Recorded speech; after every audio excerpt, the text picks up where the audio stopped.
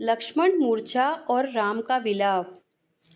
मेघनाद के शक्ति बाण से लक्ष्मण के मूर्छित होने पर श्री राम दुखी होकर विलाप करते हैं। हनुमान जी संजीवनी बूटी लेकर आते हैं जिससे लक्ष्मण होश में आ जाते हैं। इससे राम की सेना में प्रसन्नता छा जाती है, जबकि रावण को कुंभकर्ण की मूर्खता का एहसास होता है। लेकिन कुंभकर्ण माता सीता को पहचान चुके थे, इसलिए वे रावण को सीता माता के हरण के दुष्परिणाम के लिए समझाते हैं। हेलो बच्चों, मैं श्वेता सोनी आज आपको क्लास 12 आरोह भाग 2 के काव्य खंड का 7वां अध्याय, इसमें पहला भाग है कवितावली उत्तरकांड से और दूसरा है लक्ष्मण मूर्छा और राम का विलाप। तो आज हम दूसरा अध्याय लक्ष्मण मूर्छा और राम का विलाप एक्सप्लेन करेंगे। तो चलिए शुरू करते हैं। तव प्रताप उर राखी प्रभु जेहऊ नाथ तुरंत अस कही आयसु पाई पद बंदी चलेउ हनुमंत भरत बाहुबल सील गुण प्रभु पद प्रीति अपार मन महु जात सराहत पुनि पुनि पवन कुमार। इसमें शब्दार्थ है। तव प्रताप आपका प्रताप, उर का अर्थ होता है हृदय, राखी मतलब रख कर। बच्चों इसमें शब्दार्थ कुछ ज़्यादा हैं, क्योंकि हम अगर शब्दार्थ अच्छे से समझ पाएंगे तो व्याख्या भी हमारे लिए सरल हो जाएगी। प्रभु का मतलब होता है हे प्रभु, जेहू मैं जाऊंगा, नाथ हे नाथ। तुरंत का मतलब होता है तत्काल। अस कही ऐसा कहकर, आयसु पाई आज्ञा पाकर, पद बंदी चरणों की वंदना करके, चलेयु हनुमंत हनुमान जी चले, भरत बाहुबल भरत जी की भुजाओं का बल, शील व्यवहार गुण गुणगान, प्रभु पद प्रीति प्रभु के चरणों में प्रेम, अपार असीम, मन महु मन में, जात सराहत जाते हुए, सराहना करते हुए, पुनि पुनि का अर्थ होता है बार बार, पवन कुमार हनुमान जी।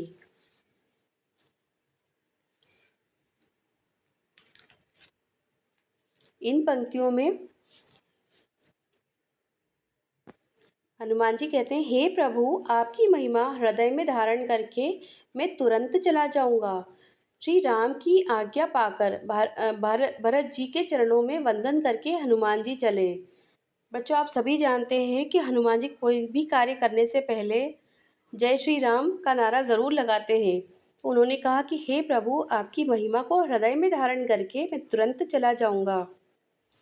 इस तरह हनुमान जी चलते जाते हैं।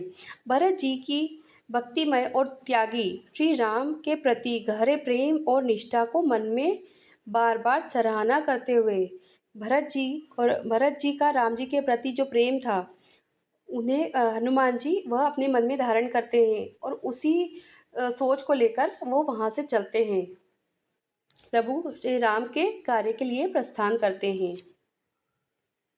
उहाँ राम लक्ष्मण ही निहारी, बोले बचन मनुज अनुसारी। अर्ध राति गई कपि नहीं आयऊ, राम उठाई अनुज उर लायऊ। सकहु न दुखित देखी मोहि काऊ, बंधु सदा तव मृदुल स्वभाऊ। मम हित लागी तजेहु प्रीतु माता, सहेहु विपिन हिम आतप बाता। इसमें शब्दार्थ है। उहाँ मतलब होता है वहाँ, निहारी देखकर, मनुज अनुसारी मनुष्य के अनुसार, अर्धराति मतलब आधी रात, कपि का अर्थ होता है हनुमान, आयऊ मतलब आए आया, उठाई मतलब उठाकर, अनुज मतलब छोटा भाई, और लायऊ सीने से लगाया, दुखित दुखी, मम हित लागी मेरे लिए, तजेहु मतलब त्याग दिया, विपिन का अर्थ होता है वन, हिम आतप बाता ठंड गर्मी और हवा।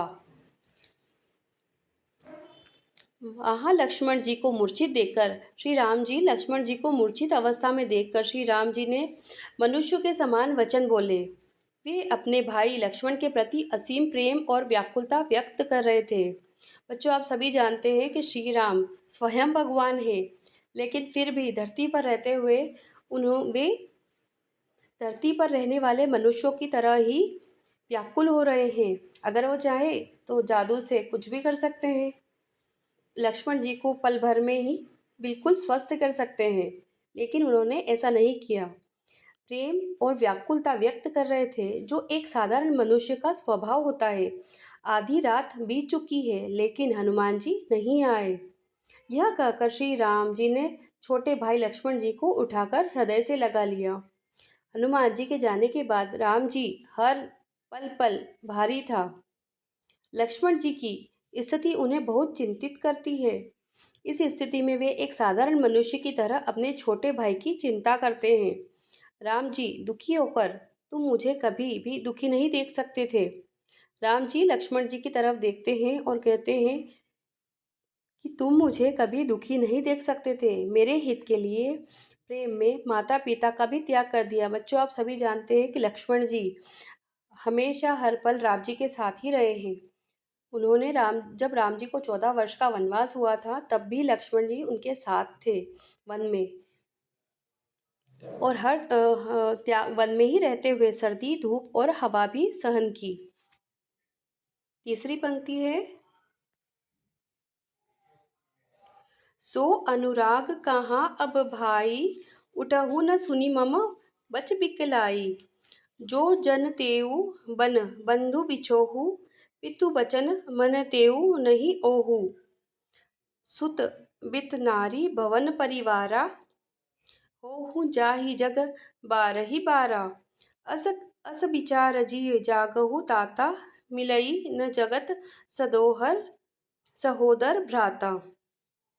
इसमें शब्दार्थ है, सो अनुराग वह प्रेम या स्नेह, विकला मतलब व्याकुल या परेशान, बंधु बिछोहु भाई के वियोग में, मन तेऊ मैं मानता या समझता, नहीं ओहु नहीं वह भी।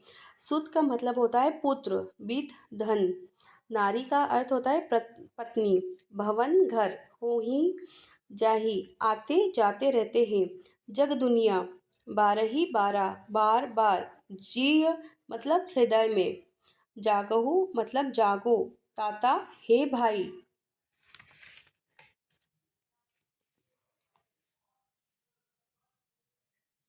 इसमें राम जी कहते हैं, हे भ्राता वह स्नेह और प्रेम अब कहाँ है कि तुम मेरे व्याकुल वचनों को सुनकर भी नहीं उड़ रहे हो। यदि मैं पहले जानता कि वनवास में भाइयों का वियोग होगा, तो मैं पिता के वचनों को भी नहीं मानता। पुत्र धन परिवार स्त्री संसार में बार बार मिलते हैं और चले जाते हैं। उन्हें दो बार दोबारा प्राप्त करने का अवसर भी मिलता है, लेकिन एक सगा भाई बार बार नहीं मिलता। इसलिए हे भाई, हृदय में यह बात विचार कर जागो, क्योंकि ऐसा भाई इस संसार में दोबारा नहीं मिलता। में चौथी पंक्ति है, जथा पंख बिनु खग अति दीना, मनि बिनु फनी करी बर कर हीना। अस मम जीवन बंधु बिनु तोहि, जो जड़ देव जियाए मोहि। जेहऊ अवध कवन मनु महुलाई, नारी हेतु प्रिय भाई गवाई। बरु अपजस सह तेऊ जग माही, नारी हानि विशेष क्षति नाही। इसमें शब्दार्थ है, जथा मतलब होता है जैसा, पंख बिनु पंखों के बिना, खग मतलब होता है पक्षी, अति दीना दीन दुखी, मणि बिनु मणि के बिना, फनी मतलब होता है सर्प।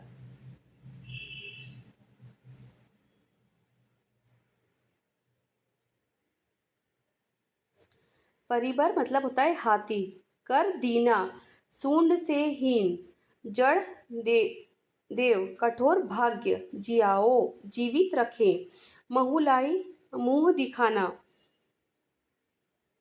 नारी हेतु पत्नी के लिए, गवाई मतलब खो दिया, बरु भले ही, अपजस मतलब अपयश, सहतेऊ सहन करूं।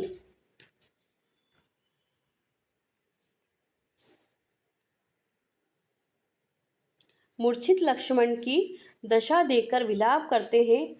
श्री राम जी मूर्छित लक्ष्मण की दशा देखकर के विलाप करते हैं और कहते हैं कि जैसे पंख बिना पक्षी उड़ नहीं सकता, मणि के बिना सर्प दीन होते हैं।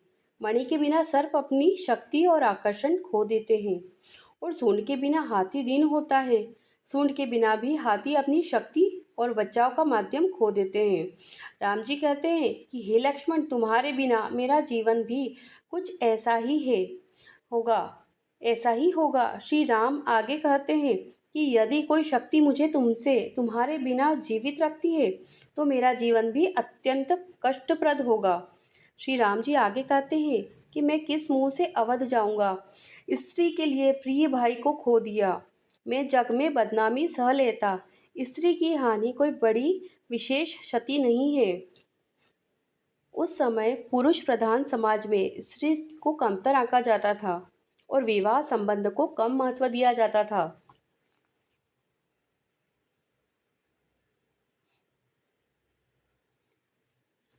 अब अपलोकु सोकु सुत तोरा। अगली पंक्ति, सिंहि निठुर कठोर उर्मोरा, निज जननी के एक कुमारा, तात तासु तुम्ह प्राण अधारा। सौंपेसी मोहि तुम्हि गहि पानी, सब विधि सुखद परम हित जानी।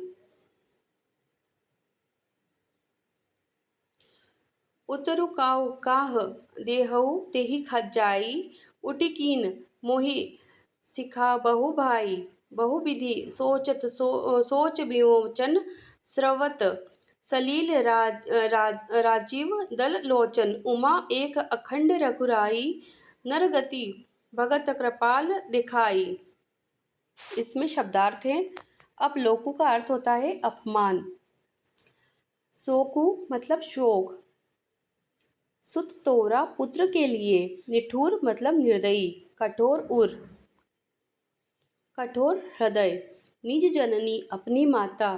कुमारा मतलब होता है पुत्र। सौंपेसी सौंप दिया। गही पानी हाथ पकड़कर। सुखद सुख देने वाला। परम हितैषी। उतरु उत्तर। देहउ दूंगा। तेहि जाई का अर्थ होता है वहां जाकर। विमोचन का अर्थ होता है मुक्ति। स्रवत सलील आंसू बहते हुए। राजीव दल लोचन कमल के पत्ते जैसे नेत्र। उमा का अर्थ होता है पार्वती। अखंड पूर्ण रघुराई रघुकुल के राजा। नरगति मानव का भाग्य। भगत कृपाल भक्तों के प्रति कृपालु। श्री राम जी इन पंक्तियों में लक्ष्मण के प्रति अपने प्रेम और समर्पण को दर्शा रहे हैं। वे लक्ष्मण के बिना अपने जीवन की कल्पना नहीं कर सकते। उनके लिए शोक सहना मुश्किल है। तुम अपनी माता के एक ही पुत्र हो। श्री राम जी लक्ष्मण जी से बात करते हैं और कहते हैं कि तुम अपनी माता के एक ही पुत्र हो, उनके प्राणों के आधार हो। श्री राम आगे कहते हैं, पिता दशरथ जी ने तुम्हें मेरा हाथ पकड़कर मुझे सौंपा था, क्योंकि तुम सब सुख देने वाले और परम हितकारी हो। मैं अब जाकर माता कैकई को क्या उत्तर दूंगा। मैं अब जाकर माता कैकई को क्या उत्तर दूंगा। भाई उठो और मुझे बताओ कि मुझे क्या करना चाहिए।